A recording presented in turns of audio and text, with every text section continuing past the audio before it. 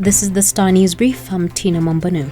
Kiharu MP Ndindi Nyoro is stirring speculations with his whirlwind tours, reflecting President William Ruto's Tanga travels that contributed to his victory in 2022. In a clear script that appears to borrow heavily from Ruto's, Nyoro has made at least 20 political stops across the country in the last 3 months, triggering conjecture about his political intentions. The 38-year-old appears keen to expand his political turf beyond Mount Kenya in what may rattle Deputy President Rigathi Gachagua, who is from the mountain. The tours come months after he was endorsed as Ruto's deputy in 2027 by a group of leaders who had attended an event in his constituency. The endorsement triggered anger, especially from Deputy President Rigathi Gachagua, who has apparently been positioning himself to succeed Ruto. Get a copy of The Star by subscribing to our e-paper for only 40 shillings by logging on to www.mgazzetti.com.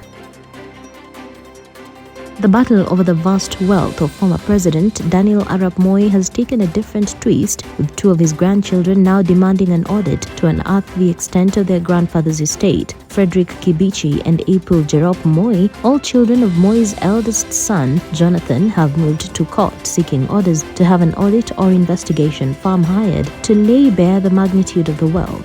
The firm, they propose, should undertake an extensive probe extending beyond Kenya to come out with the truth to guide the distribution of the wealth to all beneficiaries.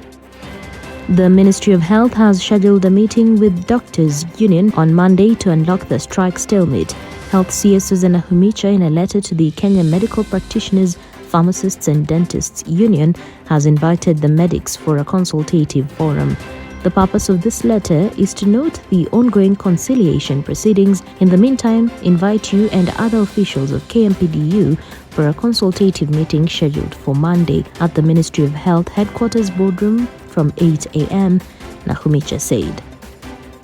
A lobby group for people living with HIV plans to sue the Kenya Revenue Authority for excluding over 130 Revenue Service Assistant job applicants after mandatory medical tests. The Kenya Legal and Ethical Issues Network on HIV and AIDS has also demanded the suspension of officers behind the exclusion of 133 applicants who were found to be either HIV positive or pregnant. The HIV and AIDS Prevention and Control Act 2006 prohibits compulsory HIV testing under Section 13(1).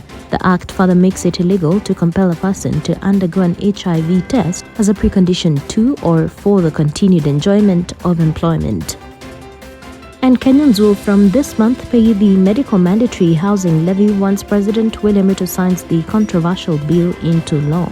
Ruto says he would sign the Affordable Housing Bill into law today to legalize the deductions. Tomorrow I will sign into law the Affordable Housing Bill to get jobs for our youths, he said. Ruto spoke on Sunday during an interdenominational church service in Kilgoris, Narok County.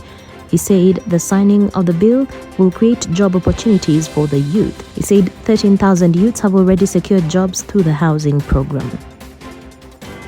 Get a copy of The Star by subscribing to our e-paper for only 40 shillings by logging on to www.mgazzetti.com.